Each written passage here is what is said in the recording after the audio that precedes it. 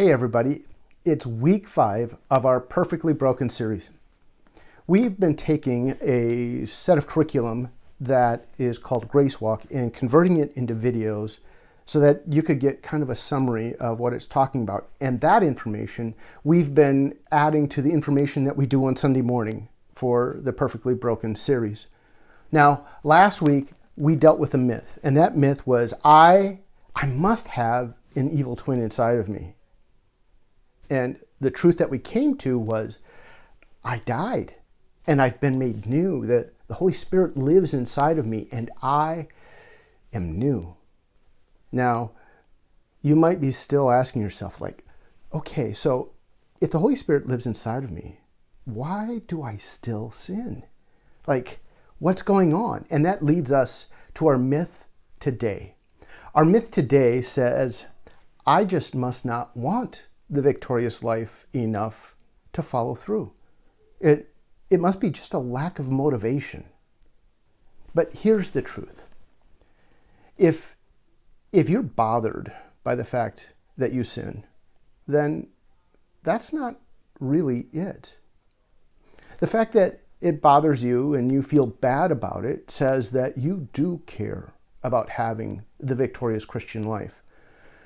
It's that something deeper is going on. And in fact, if you ever feel like that tension of like, I can't figure out why I do what I do, well, then you're in really good company, because the Apostle Paul had the exact same struggle. That's right. Yeah, he talks about it in Romans chapter 7, starting at verse 15. This is what he says.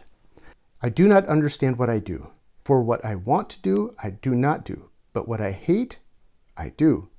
And if I do what I do not want to do, I agree that the law is good. As it is no longer I myself who do it, but it is sin living in me. I know that nothing good lives in me, that is, in my sinful nature. For I have the desire to do what is good, but I cannot carry it out. For what I do is not the good I want to do. No, the evil I do not want to do, this I keep on doing. Now, if I do what I do not want to do, it is no longer I who do it, but it is sin living in me that does it. So I find this law at work. When I want to do good, evil is right there with me. For in my inner being, I delight in God's law. But I see another law at work in the members of my body, waging war against the law of my mind and making me a prisoner of the law of sin at work within my members. So the Apostle Paul is struggling. He's like, why do I do what I don't want to do? And then I don't do what I really want to do. And he goes like, there is this thing inside of me. It's not technically me, it's in my flesh. And it makes me struggle. It makes me do what I don't want to do. And he's struggling with this. He's trying to figure it out just like you are. But he claims it isn't the essence of who you are. It's this part of you in the body. Let's face it, our human bodies are constantly calling upon us to do something for it, whether it's hungry or sleepy or if it's just exhausted and it wants to sit down. And when we listen to our physical bodies, we have to do that in order to keep us healthy and whole. But there's also times when we shouldn't be listening to our bodies, right? Like, I'm trying to lose a little bit of weight, and at the end of the day, it is murder, because my body is saying, by the way, Paul, you're behind in your calories, and I'm like having to draw some of your reserves out to keep me going here. You should feed me. And I get really tempted. Well, then you add on top of that, Satan is a masterful ventriloquist. Yeah.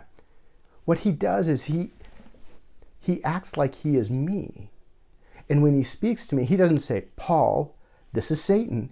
I want you to do something bad. No. What he does is he says, hey, you know what I could really use right now? I could use an apple. Like, go over to the tree of the knowledge of good and evil and just get yourself some food. Just take it. Nothing bad's going to happen. It'll be okay, right? And he convinces me that it's me talking to me about what I want. The reality is, he's using my flesh side to manipulate me and to encourage me to do what is wrong. How about you? Are there times when it's almost like there's this voice that's going off and you think to yourself, like, is this me? Is this me begging to do what's wrong? Or is something else going on? And the Apostle Paul says, there's something else going on. Yes, your flesh has this sinful thing that it does, and it constantly calls you to do what's wrong, but Satan loves to jump in on that as well. So how are we going to do battle with that? Now, one technique, what a lot of pastors will tell you to do, is to just grit your teeth and try to hang on and do what's good and right. And I don't know about you, but that hasn't really worked great for me. Now, I have found that my main battle is not when I'm on the battlefield. It's when I'm not being tempted. That's really important. You see, the Holy Spirit always wants to do what's right, and he wants to speak to us. But we have to learn to hear him. It's not an instinctual thing, and he doesn't yell and scream like Satan does at us. He's quiet, and he's patient, and he waits for us to actually want him to come and coach us. And so what I have to do, I don't know about you, but I have to spend time when I'm not being tempted, learning to hear the Holy Spirit so that when I am tempted, he can speak to me. Is that something that you do? Are you taking time to really learn to hear the Holy Spirit? Because he's never tempted, and he never does anything wrong. And as instinctual as it is for us to sin, it is instinctual for him to do what is good and right and holy. And so if we want that instinct in us, we need him to be able to talk to us. Are you taking the time to actually sit and learn to listen for the voice of the Holy Spirit so that you can hear him in those moments when Satan is screaming in your head? We're going to go to some verses here that are going to talk about the traits of the Holy Spirit, who he is, and how we can be connected to him.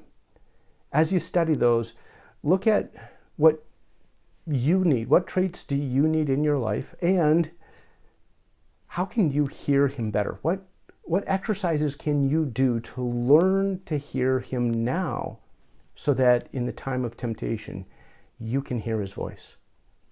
Okay, huddle leaders, take over from here.